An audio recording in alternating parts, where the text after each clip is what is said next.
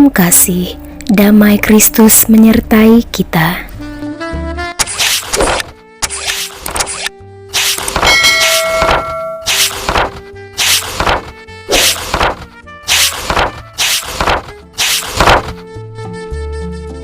Hidup bahagia harus kita cari dan kita minta dari Tuhan. Oleh Santo Agustinus. Kalian dibangun di atas dasar para rasul dan para nabi dengan Kristus Yesus sebagai batu penjuru. Marilah kita berdoa. Allah Bapa Pencipta alam semesta, Engkau berkenan membangun kerajaan-Mu di tengah-tengah kami. Kami mohon, jadikanlah kami hamba-hamba yang setia untuk melaksanakan tugas dan tanggung jawab kami, baik dalam keluarga, gereja, maupun masyarakat, dengan pengantaran Yesus Kristus Putra-Mu Tuhan kami, yang bersama Dikau dalam persatuan Roh Kudus, hidup dan berkuasa Allah sepanjang segala masa. Amin. Bapak, Ibu, serta saudara-saudariku yang terkasih, riwayat orang kudus hari ini yaitu Santa Maria Bertilla Boscardin. Apabila kesucian hidup telah menjadi rencana Allah bagi seseorang, serta menjadi suatu cita-cita dan semangat hidup yang dihayati penuh kesungguhan, serta terus diberkati Allah, halangan apapun tidak akan mampu menutup jalan bagi pencapaiannya. Santa Maria Bertilla Boscardin kiranya menjadi salah satu buktinya. Beliau adalah anak dari seorang alkoholis, peminum kelas berat.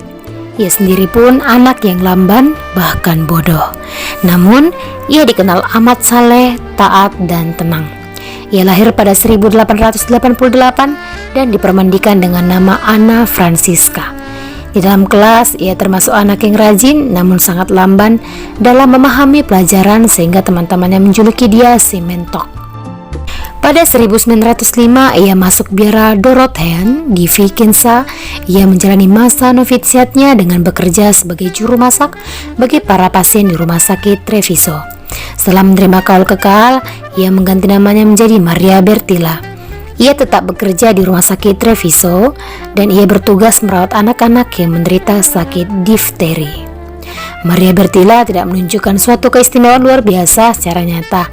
Ia sangat sederhana dan melaksanakan tugasnya dengan penuh tanggung jawab. Ia dengan tekun merawat serdadu-serdadu yang luka, dan untuk sementara ia memindahkan rumah sakitnya ke Vigue dekat Como. Kemudian setelah gencatan senjata, ia kembali lagi ke Treviso. Maria Bertilla wafat dengan tenang di Treviso pada 20 Oktober 1922 dan dinyatakan sebagai beata pada 8 Juni 1952 oleh Paus Pius yang ke-12. Kemudian pada 11 Mei 1961 ia digelari santa oleh Paus Yohanes yang ke-23. Kesalahan hidup Maria Bertilla tetap membekas dalam hati rekan-rekan suster dan umat Italia umumnya. Demikianlah riwayat orang kudus Santa Maria Bertilla Boscardin. Semoga Tuhan memberkati kita sekalian. Amin. Bacaan pertama. Kristuslah damai sejahtera kita yang mempersatukan kedua belah pihak. Pembacaan dari surat Rasul Paulus kepada jemaat di Efesus. Saudara-saudara, ingatlah bahwa kalian dahulu tanpa Kristus. Waktu itu kalian tidak termasuk warga umat Allah dan tidak mendapat bagian dalam ketentuan-ketentuan yang dijanjikan. Waktu itu kalian tanpa pengharapan dan tanpa Allah di dunia. Tetapi sekarang dalam Kristus Yesus, kalian yang dahulu jauh sudah menjadi dekat oleh darah Kristus. Dialah damai sejahtera kita yang mempersatukan kedua belah pihak dan yang telah merobohkan tembok pemisah, yaitu permusuhan. Sebab dengan wafatnya sebagai manusia, ia telah membatalkan hukum Taurat dengan segala perintah dan ketentuannya untuk menciptakan keduanya menjadi satu manusia baru dalam dirinya. Dengan demikian, ia mengadakan damai sejahtera. Dalam satu tubuh, ia memperdamaikan keduanya dengan Allah oleh salib dan mengakhiri permusuhan pada salib itu.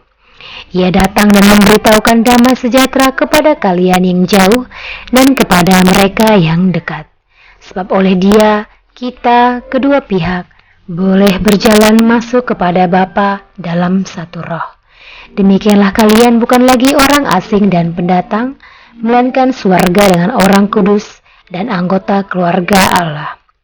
Kalian dibangun atas dasar para rasul dan para nabi dengan Kristus Yesus sebagai batu penjuru. Di atas dia tumbuhlah seluruh bangunan yang rapi tersusun menjadi bait Allah yang kudus dalam Tuhan. Di atas dia pula kalian turut dibangun menjadi kediaman Allah dalam Roh Kudus. Demikianlah sabda Tuhan. Syukur kepada Allah. Bacaan Injil. Berbahagialah hamba yang didapati tuannya sedang berjaga. Inilah Injil Yesus Kristus menurut Lukas. Yesus berkata kepada murid-muridnya, "Hendaklah pinggangmu tetap berikat dan pelitamu tetap menyala. Hendaklah kalian seperti orang yang menanti-nantikan tuannya pulang dari pesta nikah, supaya jika tuannya datang dan mengetuk pintu, segera dapat dibukakan pintu. Berbahagialah hamba yang didapati tuannya sedang berjaga ketika ia datang. Aku berkata kepadamu, sesungguhnya ia akan mengikat pinggangnya dan mempersilakan mereka duduk makan, dan ia akan datang melayani mereka. Dan apabila ia datang pada tengah malam atau pada dini hari, dan mendapati mereka berlaku demikian, maka berbahagialah para hamba itu." Demikianlah Injil Tuhan. Terpujilah Kristus.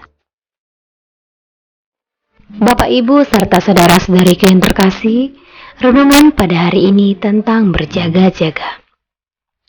Bagi seorang pekerja atau pelayan pinggang tetap berikat, berarti merupakan sikap siap sedia untuk bekerja maupun menanggapi aneka kemungkinan dan kesempatan yang terjadi. Di malam hari, perlu tambahan pelita menyala untuk penerangan. Kalau kita ingin pinggang kita tetap terikat dan pelita kita tetap menyala dalam menantikan kedatangan Tuhan, maka hendaknya kita menjalani hidup kita sehari-hari dengan penuh semangat dan sukacita. Karena dalam semangat dan sukacita, seseorang akan dapat mempunyai pengharapan untuk selalu siap siaga dalam menyambut kedatangan Tuannya.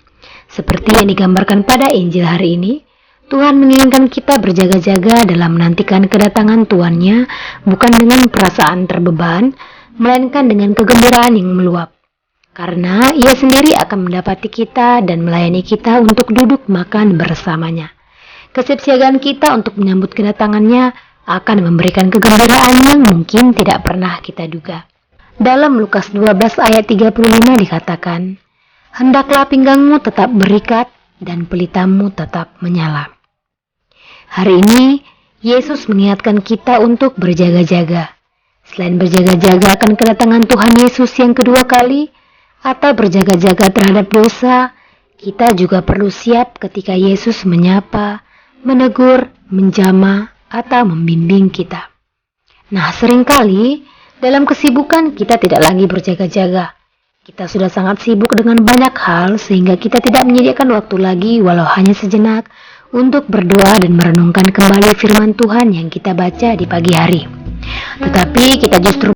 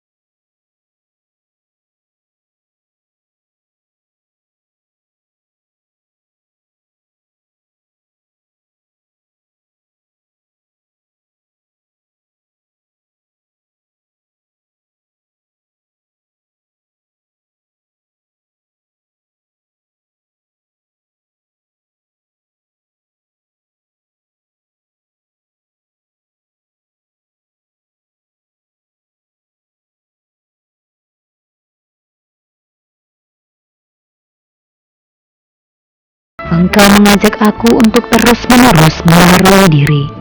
Engkau juga mengajari aku untuk bersikap rendah hati kepada sesama. Berkatilah usahaku untuk bersikap penuh kasih, terutama kepada mereka yang menyakiti hatiku. Amin.